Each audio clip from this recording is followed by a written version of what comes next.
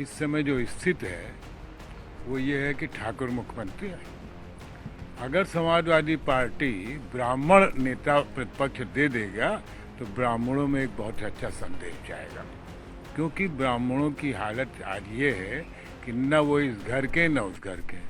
भाजपा वाले उनको मान के चलते हैं कि हमारे हैं, और जाहिर है सपा को ये लोग खुद ही नहीं फेवर करते, सपा भी बहुत नहीं करती थी। फिर एक बड़ी बुद्धिमत्तापूर्ण निर्णय लिया है कि वो माता प्रसाद पांडे जी को लिया, नेता प्रतिपक्ष जैसे बड़े पद पे ला के एक ब्राह्मणों में भी एक संदेश देने की कोशिश की है कि अब समाजवादी पार्टी को आप पुराने कलेवर में न देखें।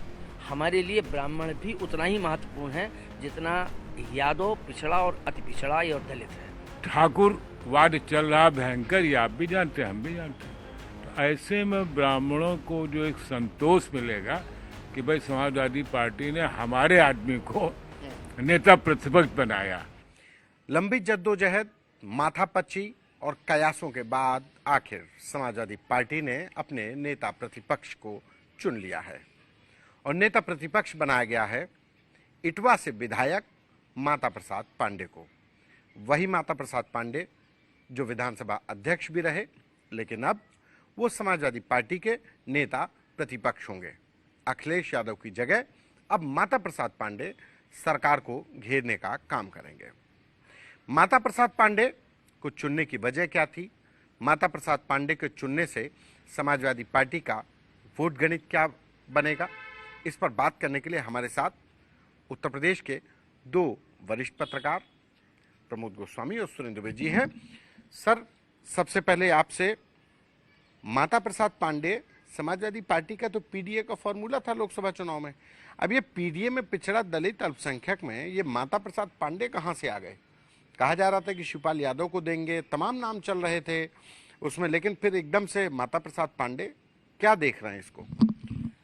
देखिए, इसमें मुझे लगता है कि अखिलेश जी ने बहुत चतुराई से, बड़ी बुद्धिमत्ता से ये निर्णय लिया है।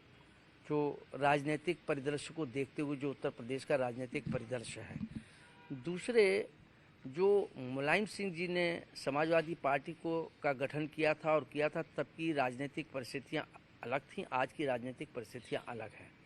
एक बात हमको नहीं भूलना चाहिए कि समाजवादी पार्टी के ऊपर ये टैग लगा हुआ था कि ये MY फैक्टर की पार्टी है, मुस्लिम और यादव की पार्टी है, ये एक उनके ऊपर टैग लगा था। दूसरा, राजनीतिक रूप से ये भी आलोचना होती थी कि अपराधियों को समाजवादी पार्टी ने राजनीति में घुसपैठ का एक बड़ा अवसर दिया है। गुंडों की पार्टी कहते थे। हाँ, वही, मतलब इस ढंग के अपराधियों को, गुंडों को, कुछ भी आप शब्द ले लीजिए, ये उनके ऊपर एक टैग लगा हुआ था। अगर आप देखें, अगर पहले चले जाएं तो जब अखिलेश राजनीति में आए हैं, उन्होंने सबसे पहले ये बात मुलायम सिंह जी से कही या पार्टी में ये बात रखी कि पार्टी के ऊपर इस बात के आरोप हैं कि ये अपराधियों को, तो उन्होंने सबसे पहले, जो मुलायम सिंह के बहुत खास थे, वहाँ के सांसद और विधायक भी समाजवादी पार्टी से रहे, उनके मुलायम सिंह जी के निकट भी थे, DP यादव को टिकट देने से मना कर दिया, जबकि मुलायम सिंह एडमेंट थे कि इनको टिकट दिया जाए, लेकिन अखिलेश ने उसका खुल के विरोध किया और नहीं दिया। दूसरा, अगर आप देखें तो जो अपराधियों की छवि से बाहर निकलने की जो बात थी, दूसरा उन्होंने मुख्तार अंसारी को, वो, और मैं उसका प्रत्यक्ष गवाह रहा हूँ, जब मुलायम सिंह जी के पास बैठे हुए थे मुख्तार अंसारी और उनके भाई, तब मैं वहाँ मौजूद था। तो तब भी ये मुलायम सिंह जी ने कहा था कि हम टिकट देंगे, लेकिन तब मुलायम सिंह जी और उनके बीच थोड़े से वो हो गए थे और शिवपाल अलग हो गए थे, लेकिन अखिलेश ने टिकट नहीं दिया और वो उस छवि से अपने को बाहर निकालने का एक बड़ा प्रयास किया और सफल भी हुए उस प्रयास में, वो सफल भी हुए। एक मैसेज गया, एक संदेश गया। राजनीति संदेशों की होती है, मैसेज की होती है। दूसरी, अगर आप देखें MY फैक्टर, तो जो पीडीए बना के बड़ी चतुराई से, बुद्धिमत्ता से उन्होंने MY फैक्टर को बाहर कर दिया कि ये पीडीए है, MY फैक्टर। अब समाजवादी पार्टी को पूरे देश में या राजनीतिक लोग पीडीए के रूप में बात करते हैं, MY के रूप में बंद हो गया, तो उन्होंने वो दोनों छवि से बाहर आए। अब आप तीसरी बात पर आ जाइए, जो उन्होंने फिर एक बड़ी बुद्धिमत्तापूर्ण निर्णय लिया है कि वो माता प्रसाद पांडे जी को लिया। माता प्रसाद पांडे जी समाजवादी पार्टी के संस्थापक भी रहे हैं और विधानसभा अध्यक्ष 2 बार रहे हैं। मुलायम सिंह के समाजवादी पार्टी के बड़े करीबी लोगों में, निष्ठावान लोगों में रहे हैं, नॉन कंट्रोवर्शियल रहे हैं। उनके ऊपर कभी कोई कंट्रोवर्सी नहीं आई, न उनके ऊपर कोई भ्रष्टाचार के आरोप लगे, न ही उनके ऊपर पार्टी में कोई गुटबाजी का आरोप लगा। तो वो एक निर्विवाद थे, वो लेके आए। और तीसरा उन्होंने जो साधा कि भारतीय जनता पार्टी को रोकने के लिए 24 के इलेक्शन में उन्होंने पिछड़ा, अति पिछड़ा और दलित में तो सेंधमारी करी दी थी, और मुस्लिम और यादव उनके साथ थे ही। भारतीय जनता पार्टी को 27 की राजनीति के लिए उन्होंने जो सवर्ण समाजवादी पार्टी के साथ और विशेष रूप से ब्राह्मण उनके साथ नहीं रहा, ये उन्होंने जो एक निर्णय लिया, मैं समझता हूँ कि इससे कहीं ना कहीं एक संदेश जाएगा।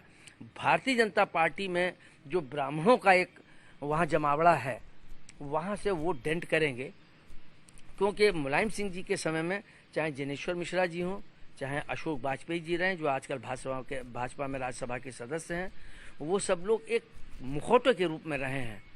उनका कोई वो नहीं रहा, वो खाली जब तस्वीरें लग जाती थी तो ये बताने के लिए कि हमारे साथ सब हैं, लेकिन उनका कोई आधार वजूद नहीं था और कोई संदेश भी नहीं था। ये संदेश था कि ये ब्राह्मणों को साथ लेकर नहीं चलती है समाजवादी पार्टी। उसको उन्होंने नेता प्रतिपक्ष जैसे बड़े पद पर ला के ये ब्राह्मणों में भी एक संदेश देने की कोशिश की है कि अब समाजवादी पार्टी को आप पुराने कलेवर में न देखें, हमारे लिए ब्राह्मण भी उतना ही महत्वपूर्ण है जितना यादव, पिछड़ा और अति पिछड़ा और दलित है।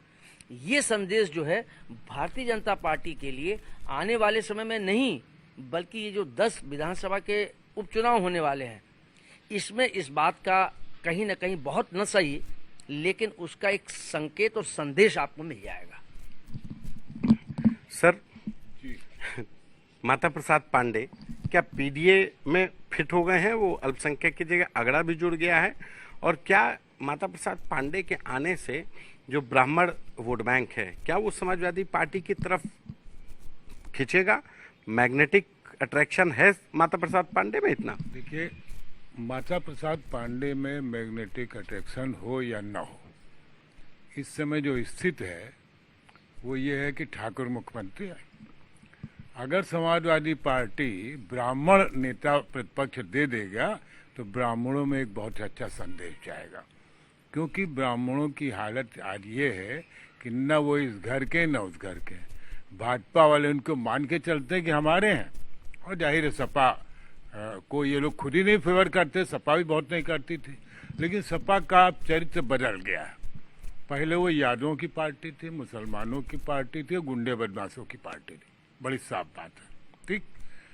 तो या और वो इनिशियल फेज में उनको जरूरी था, क्योंकि जिस इलाके से इटावा से मुलायम सिंह जी आते थे, वो तो वही सब लोगों का था। बीहड़ का असर तो था ही, बीहड़ के असर से कहाँ जाएंगे? तो वो अगर मतलब इस तरह के दबंग लोगों को नहीं रखते और एक छोटे से घर के किसान के बेटे थे, वो उसमें वक्ती जरूरत भी थी। ऐसे लोगों से, दबंगों से लड़ने के लिए कहाँ कलम और आज अखिलेश खुद बड़े नेता हो गए हैं 2024 से जीतने के बाद। इतनी सीटें ले आए हैं वो कि अब वो हिंदुस्तान में, अब वो उत्तर प्रदेश के नेता नहीं, हाँ 30 सीटें, हाँ तीसरी बड़ी पार्टी हो गई है, और अब वो हिंदुस्तान के नेता हो गए हैं। वो ममता बनर्जी से ज्यादा उनका स्टेटस बढ़ गया, जबकि ममता की सीटें ज्यादा हैं, क्योंकि ममता की सीटें ज्यादा हैं इनसे। ममता इधर उधर भाग जाती है, लेकिन राहुल और अखिलेश ने एक अच्छी जोड़ी बना ली है। ब्राह्मण इधर इस बात को लेकर परेशान भी था कि भाजपा ब्राह्मण बात करती है, लेकिन अब वो उसको तो पिछले 22 में भी देखा कि बैकवर्ड और अति दलित पर लगे रहे। इस सरकार में ब्राह्मण ठाकुर की झगड़े भी बहुत हुए ना, इस सरकार में ब्राह्मण को लेकर के बहुत हुआ। और अभी आप देखिए, किसी ब्राह्मण नेता की अखिलेश ने मदद भी की है, मैं नाम भूल रहा हूँ किसी संदर्भ में, तो ब्राह्मणों को एक संदेश देना चाहते हैं। And now Akhilesh is a transform leader. वो अपने पिता की तरह नेतागिरी नहीं कर रहे हैं, क्योंकि ये नया बदला हुआ वक्त है। जो नेता बदल के नहीं आता है, और ये इस बार फिर सिद्ध कर दिया। मैसेज क्या जाएगा कि देखिए, शिवपाल यादव को नेता प्रतिपक्ष बना सकते थे, लेकिन एक मैसेज ये न जाए कि साहब यादव ही फिर इम्पोर्टेंट पोस्ट पर रहेगा। मेरा अगला सवाल भी आपसे यही होता कि शिवपाल यादव को तो कुछ नहीं मिला, मतलब अपनी पार्टी भी खत्म कर ली, उनको कम से कम नेता प्रतिपक्ष भी नहीं मिला, तो शिवपाल यादव की नाराजगी नहीं बढ़ जाएगी इससे? देखिए, नाराजगी तो बढ़ेगी, लेकिन जो नेता है वो तो पार्टी बना रहा है ना, चुनाव जीतना है। तो ऐसे में लोग अपने बाप बेटे सबको किनारे कर देते। आखिर यही अखिलेश यादव ने अपने पिताजी को अपदस्थ करके सत्ता संभाली ना, तो चाचा को अपदस्थ तो नहीं कर रहे हैं। इनके रिलेशन अब ठीक हो गए कंपेरेटिवली, लेकिन मैं आपकी इस बात से सहमत हूँ कि शिवपाल को ये बात पसंद नहीं आएगी, लेकिन वो शिवपाल को ये समझाएंगे या समझाया होगा, हो सकता बात हो गई हो। तो मैं आपको बनाने का मतलब कि बीजेपी चिल्लाती कि देखिए, मैं कह रहा नहीं ये यादव पार्टी नेता प्रतिपक्ष, लेकिन अब जब माता प्रसाद पांडे को बना दिया तो बीजेपी अब सकते में है कि यार ये तो ब्राह्मण को बना दिया। ब्राह्मण कार्ड है नहीं बीजेपी के पास, कुछ है नहीं। बीजेपी में ब्राह्मण किसी नेता को कोई हैसियत नहीं है। मान लीजिए मुख्यमंत्री हैं, उप मुख्यमंत्री, तो उप मुख्यमंत्री नाम का ना तो कोई संविधान में पद है, ना उसकी कोई हैसियत होती। ही सिंपली है एक कैबिनेट मिनिस्टर, और ये बाबा किसी को सुनते नहीं। ठाकुरवाद चल रहा भयंकर, ये आप भी जानते हैं, हम भी जानते हैं।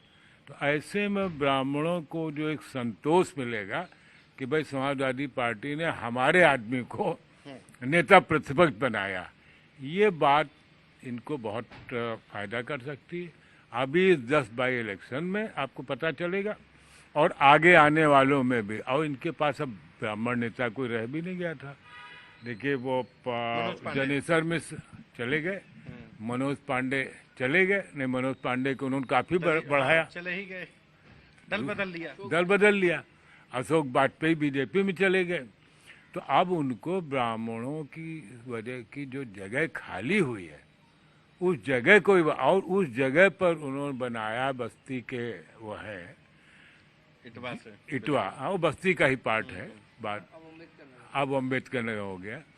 तो वो उस पूरे एरिया में ठाकुर और ब्राह्मण का विवाद भी पूरे पूर्वांचल में, और वो आज से नहीं, बाबा के जमाने से चला आ रहा है। हरशंकर तिवारी, हाँ, इनके गुरुजी के, गुरुजी थोड़ा दूसरे ढंग के थे, तो इतना विवाद नहीं था, इनके में ज्यादा बढ़ गया। तो हरशंकर तिवारी वर्सेज रविंद्र सिंह, हरशंकर तिवारी वर्सेज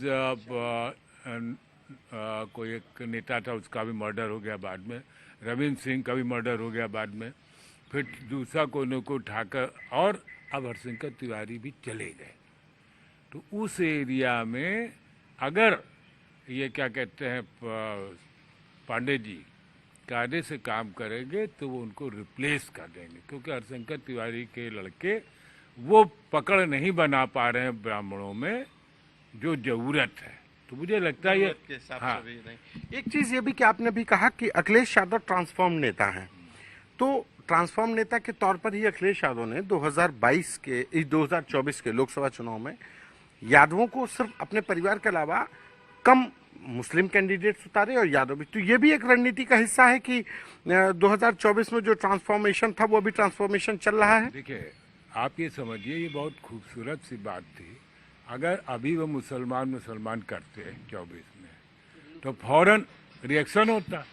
और यही ये बीजेपी कहती है कि देखो तो कोई मुसलमानों की पार्टी है, तो वो उन्होंने उनको साधा। और आप एक बात नोट करिए, आप लोगों के लिए खासकर नोट करने वाली है कि सब मुसलमान नेता बोल नहीं रहे। हाँ, सारे मुस्लिम नेता शांत है, बिल्कुल एकदम से। वो समझ रहे हैं कि अगर हम बोलेंगे तो हमारा खेल बिगड़ जाएगा। भाई जैसे यादव भी नहीं बोल रहा कि भाई हमारा एक नेता है, हम हैं या नहीं है। तो अब अखिलेश यादव हो गए तो यादव तो गर्व फील कर ही रहा है ना कि हाँ भाई हम अपना नेता इतना बड़ा नेता हो गया है, राहुल गांधी के साथ घूम रहा है। वैसे ही मुसलमान जितने इनके वो उस ढंग के लोग थे जो फतवा देते, कोई फतवा भी देता नहीं दिखाई पड़ रहा है, कोई बोलता नहीं, क्योंकि मुसलमानों को बात समझ में आई कि अगर हमको बीजेपी से सुरक्षित रहना है तो हमें अखिलेश यादव को मजबूत करना है। तो 2 वर्ग तो मिल गए उनको मजबूत करने में। पीडीए बना तो आप इसको पीडीए स्क्वायर कर लीजिए। पीडीए स्क्वायर, हाँ, पीडीए स्क्वायर कर लीजिए थे। तो ए माने अल्पसंख्यक भी, ए माने अगड़े भी। अरे तो देखिए नेता की खूबसूरती एक शब्द की चाहे जितने माने लगा दे। और मुझे लगता है वो कहेंगे कि भाई ए माने अगड़ा पहले ही था, ए स्क्वायर हो गया तो भाई अगड़ा भी हो गया, अल्पसंख्यक भी हो गया। और मुझे लगता है कि इस समय जितना ब्राह्मण अपने आप को निगलेक्टेड फील कर रहा है, इस बात से वो उसको लगेगा कि ये अच्छी कवायद समाजवादी पार्टी ने, हाँ इस सब में शिवपाल अपने आप को मतलब संतुलित रखे। हाँ नहीं अब संतुलित रखेंगे नहीं रखेंगे, लेकिन उनको ये बात पसंद नहीं आ रही होगी, जो स्वाभाविक भी है कि भाई हम डिजर्व करते थे। लेकिन अखिलेश यादव तो देखना ना कि पार्टी को आगे कैसे बढ़ाना, कैसे हमको उत्तर प्रदेश में सत्ता प्राप्त करनी है। तब अगर सब जगह परिवार के ही लोग हो जाएंगे, लोकसभा में भी आरोप लगा, लेकिन यहाँ तो सीधे लगता है ना उत्तर प्रदेश में। तो ये हम इसको अच्छा मूव मानते हैं। हालांकि मैं ऐसा नहीं मानता कि ये उनका माता प्रसाद पांडे कोई बहुत अच्छे, क्योंकि वो एग्रेसिव नेता नहीं है। हाँ, यही कि अग्रेसिव नहीं है, वो एग्रेसिव नहीं है लेकिन डिसेंट है, उनके ऊपर कोई आरोप नहीं है, मिलनसार नेता है, समझे ना, हर समय उपलब्ध रहते हैं। तो ये एक फायदा पार्टी को मिलेगा। सर ये बताइए कि शिवपाल यादव नाराज नहीं होंगे नेता प्रतिपक्ष नहीं बनाया, उनको क्या मिला? नहीं, मुझे नहीं लगता है। और ये निर्णय जो है, क्योंकि शिवपाल के हटने के बाद अखिलेश को भी इस बात का एहसास हुआ कि हमारा सर्वाइवल ज़्यादा नहीं है, या उसमें उनको पराजय मिली। अगर आप देखें तो विधानसभा में भी उस समय और उसके बाद लोकसभा में भी। तो इसलिए ये दोनों लोग जानते हैं। तो निश्चित रूप से मैं समझता हूँ कि शिवपाल जी को भरोसे में लेके, उनको राजनीतिक स्थितियों की सारी चीज़ें बता के, उनको विश्वास में लेके ही ये निर्णय लिया गया होगा। एक चीज़ उसमें और डालना चाहूँगा जो महत्वपूर्ण रह गई है हम दोनों के बीच में। अखिलेश ने ये जो ब्राह्मण कार्ड खेला है, न केवल बीजेपी के लिए, बल्कि जो अभी सुरेंद्र जी ने ये बात कही कि ब्राह्मण उपेक्षित महसूस कर रहा है, तो उसके लिए फिर कहीं ना कहीं राहुल गांधी भी एक ऑप्शन बनते हैं। तो उन्होंने एक तीर से 2 निशाने, मतलब उससे साधे हैं उन्होंने। कांग्रेस के भी तरफ जो कहीं अट्रैक्शन हो रहा था उसको भी रोक रखा है उन्होंने, उसको भी उन्होंने पतंग काट दी है कांग्रेस। पतंग ना काटी हो, लेकिन एक ये संदेश तो दे, नई पतंग साथ में उड़ा दी है। हम भी हैं। हाँ। एक कनकौआ था, एक पतंग अपनी हम उड़ा दी कि देखो ब्राह्मण को हम भी महत्व दे। ब्राह्मण के वोट बैंक के लिए अखिलेश यादव ने अपनी पतंग भी उड़ा दी, क्योंकि वो हो सकता था कि कांग्रेस के पाले में जाता। अच्छा देखिए, और शिवपाल नाराज होंगे, लेकिन शिवपाल के लड़के को सांसद बना दिया गया। वो एक उसमें चाहते थे, जब पीढ़ी का ट्रांसफॉर्मेशन होता तो ये बातें तो होती। भाई नेताजी को खुद ही अखिलेश ने हटाया पीछे। और ये मैं इनकी बात से प्रमोद की सहमत हूँ कि ये बाकायदा उनको विश्वास में लेकर के कन्विंस करके बताया गया होगा कि चाचा ये करना जरूरी है। और जो ईस्टर्न यूपी में ठाकुर ब्राह्मण का एक गुट चलता था, हरशंकर तिवारी के बाद से जो जगह खाली हुई उसको भरने का काम ये कर सकते। ये तो ये पतंगबाजी में जो है, मतलब अखिलेश यादव तो बाजी मार ले गए। निश्चित रूप से मैंने पहले ही ये बात कही कि अखिलेश जी विजनरी, और जो बदली हुई राजनीतिक परिस्थितियां हैं उस पर बड़ी बुद्धिमत्ता से कहिए या बड़ी चतुराई से कहिए कि वो एक एक गोट अपनी बिसात पर, राजनीतिक बिसात पर वो बिछाई है उन्होंने। वो कहीं ना कहीं वो भारतीय जनता पार्टी के लिए 24 के इलेक्शन में भी साबित हुई कि उसको नुकसान पहुंचा। और जो ये बात मैंने कही, जो बात रह गई थी कि ये चूंकि ब्राह्मण नाखुश है, ब्राह्मण को साधने के लिए अब स्थितियां उत्तर प्रदेश की राजनीति की अगर देखें तो कांग्रेस के पास दलित, ब्राह्मण और मुस्लिम का समीकरण था जो इतने दिन उन्होंने सत्ता पे काबिज हुए। तो इस बार उन्होंने, मतलब इसमें एक जो दलित का समाजवादी पार्टी के साथ बिल्कुल 36 का आंकड़ा था वो टूटा और दलित इनके साथ आया। अति पिछड़ा जो था लेकिन कुछ नहीं था, वो भी आया। पिछड़ा इनके साथ था, उसमें भी कुर्मी उर्मी ये भी जुड़े। ये ब्राह्मण पिछड़ा एक बड़ा वर्ग था। पिछड़े के लिए तो बीजेपी मतलब इतनी रणनीति बना रही थी कि उनके पास एक केशव प्रसाद मौर्य जैसा चेहरा था, उनके पास स्वतंत्र देव सिंह था। इनके सारे चेहरे बिल्कुल नेस्तो नाबूद करके अखिलेश यादव ने पीडीए फॉर्मूले में पिछड़े तो वोट बैंक में सेधमारी करके बीजेपी छटपटा रही है। और इसके साथ ये नहीं, इसके साथ उन्होंने अगर लोकसभा में अगर आप देखिए तो लोकसभा में 80 सीटों में से 5, और उस पर भी आरोप लगा कि 5 उनके परिवार के हैं। 6ठी सीट उन्होंने नहीं दी यादवों को, बाकी पीडीए के हिसाब से उन्होंने डिस्ट्रीब्यूशन किया और उसका उनको लाभ मिला। ये ब्राह्मणों को जो ब्राह्मण दिया, इसका एक संदेश जाएगा। और मुझे लगता है कि अगर ऐसा संभव, क्योंकि जिस ढंग से अखिलेश अपना मूव कर रहे हैं या जो शतरंज राजनीतिक शतरंज पे जो चालें चल रहे हैं, मुझे लगता है कि इन 10 में से भी ब्राह्मणों को, चाहे वो 2 दें 3 दें 1 दें जो भी दें, ब्राह्मणों को वो टिकट देंगे। उसका एक संदेश जाएगा। और ये केवल न बीजेपी के ब्राह्मणों में डेंट मारेंगे, बल्कि कांग्रेस में जाने से रोकने का काम करेंगे। ये बड़ी दूर की कौड़ी अखिलेश ने फेंकी है। मुझे लगता है इसका राजनीतिक लाभ मिलेगा। कांग्रेस ने मतलब खेमेबंदी न सिर्फ बीजेपी के लिए कर दी बल्कि कांग्रेस के लिए भी एक छोटा नैरो कर दिया है स्पेस कि ब्राह्मण न चला जाए कहीं, क्योंकि खतरा तो ब्राह्मण का कांग्रेस में भी जाने का है। कांग्रेस एक पैटर्नल, एक तरीके से पारंपरिक तौर पर तो ब्राह्मणों के लिए कांग्रेस ही मुफीद पार्टी थी, कांग्रेस ही पार्टी थी, सूटेबल है। तो ये अखिलेश ने उसको भांप लिया समय रहते हुए। उसने कहा कि जो जिस ढंग से कांग्रेस अब, और उत्तर प्रदेश के अगर जितने भी देश के राजनीतिक दल हैं वो हैं तो सब गैर कांग्रेसवाद के नाम पर ही। और भारतीय जनता पार्टी को यही एक गलतफहमी थी कि ये इंडिया गठबंधन बन नहीं पाएगा, क्योंकि गैर कांग्रेसवाद के नाम पर ही सब बने हैं। कांग्रेस को सत्ता में ला के वो अपनी जड़ों को मठा डालेंगे, ये भी कारण था। तो उत्तर प्रदेश में उनके लिए सबसे बड़ी चुनौती यही थी, क्योंकि अखिलेश के सामने एक चुनौती ये भी थी कि मुस्लिम भी कांग्रेस की तरफ शिफ्ट हो रहा है। एक मैसेज जा रहा था। ब्राह्मण था, उन्होंने कहा ये ब्राह्मण जाएगा, अब इसको रोको, ये उन्होंने दे दिया। और अगर कहीं टिकट दे दिए इन जो 10 बाई इलेक्शन होने हैं, इसमें अगर इन्होंने 2 टिकट भी दे दिए इस पीडीए फार्मूले के हिसाब से, अगर उन्होंने उसका डिस्ट्रीब्यूशन किया, तो मैं समझता हूं कि इसका एक बड़ा संदेश जाएगा प्रदेश में। और जैसा सुरेंद्र जी ने कहा कि पूर्वांचल की राज्य शिवपाल की नाराजगी, कुछ नाराजगी दिखाई पड़ेगी? मुझे नहीं लगता है। मुझे इसलिए लगता है उनके बेटे आदित्य को उन्होंने सांसद बना दिया। उनकी यही प्रबल इच्छा थी कि मेरे बेटे को बनाया जाए, वो उन्होंने पूरा कर दिया। और दूसरे, अब राजनीति करनी, अगर भारतीय जनता पार्टी को सत्ता में दे दें और अपने पास से न रखें, पार्टी ही नहीं रहेगी तो आप कहाँ रहेंगे?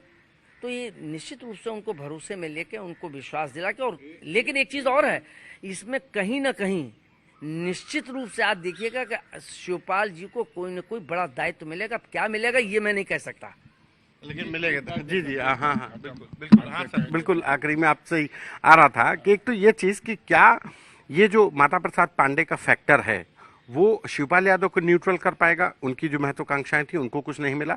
और ये फैक्टर, क्या माता प्रसाद पांडे का फैक्टर समूचे उत्तर प्रदेश में काम करेगा? क्योंकि माता प्रसाद पांडे इंडिविजुअली देखा जाए बहुत सॉफ्ट नेता है। देखिए, एक बात आप समझिए, इस समय जो पॉलिटिकल सिचुएशन है, बीजेपी ब्राह्मणों को पूछ नहीं रही, सपा ब्राह्मणों को पूछ नहीं रही थी, ठीक।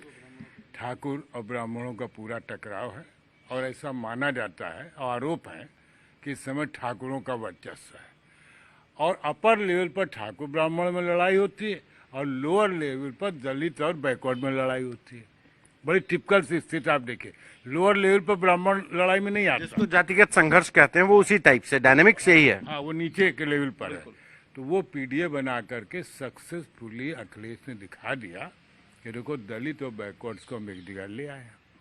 तीसरा, जो ब्राह्मण कभी कदाच स्पेस न मिलने पर बीएसपी के पास भी भाग जाता है, 2 टिकट इनको दे दिए, 2 तो कोई भी पार्टी। और देखिए, ब्राह्मणों को एक बात मालूम है कि हमारा अस्तित्व हमें अब कोई पॉलिटिकली बहुत कुछ नहीं देगा, हमारी इम्पोर्टेंस बनी रहे, बाकी हमको अपनी बुद्धि से काम करना है, और वो कर लेंगे।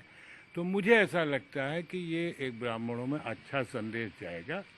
और इस बात को मुझे लगता है कि शिवपाल भी समझेंगे, और आप देखेंगे कि नेता माता प्रसाद पांडे होंगे प्रतिपक्ष के, लेकिन लीडिंग भूमिका वहाँ शिवपाल ही निभा रहे होंगे, ये रखा जाएगा। एक चीज और इसमें मैं कहता हूँ, माता प्रसाद पांडे वो शिवपाल के कहीं ज्यादा करीबी हैं। ये जो आया होगा ये शिवपाल ने ही नहीं, कहा। हाँ, यही कि कहीं ऐसा तो नहीं कि शिवपाल यादव ने कहा हो कि माता प्रसाद पांडे को कर दिया जाए। राजनीतिक स्थितियों को देखते चेहरा माता प्रसाद पांडे और तीर शिवपाल यादव चलाए। नहीं, तीर क्या मतलब वो तो खैर उसमें कोई दुविधा ही ये नहीं नहीं है, दुविधा ही नहीं। लेकिन अखिलेश और शिवपाल को अगर खड़ा करें तो माता प्रसाद पांडे के बारे में ये समझा जाता है, या जो रिश्ते रहे जो हम लोगों ने देखे हैं, हमने सुरेंद्र जी ने बहुत नज़दीक से पिछले 40 वर्षों में जब से समाजवादी पार्टी का गठन हुआ है तब से बहुत नज़दीक से देखा है, तो शिवपाल जी के वो करीब ज़्यादा हैं। तो ये प्रस्ताव भी मुझे लगता है कि शिवपाल से ही कराया गया होगा, या शिवपाल की सहमत के साथ कहा गया होगा। जब आया होगा कि किसको बनाए, तुम्हारा बनाना ठीक नहीं होगा वरना एक संदेश गलत जाएगा, बीजेपी इसको कैश करेगी। तो मुझे लगता है कि इस पर आम सहमति बनी होगी परिवार में, चाहे वो प्रोफेसर हो और चाहे अखिलेश हो और चाहे शिवपाल हो, कि इसमें फिर माता प्रसाद पांडे को बनाइए, एक तीर से दो निशाने साध लेंगे। एक तीर से दो शिकार। राजनीति में परसेप्शन का जो गेम होता है उसमें जो परसेप्शन के गेम को खेलना जानता है वही चुनावी हार और जीत में भी महारत हासिल करता है। अखिलेश यादव 2024 के नतीजों में एक योद्धा के तौर पर स्थापित हुए, ऐतिहासिक सीटें हासिल की और अब उनके टारगेट पर 2027 है।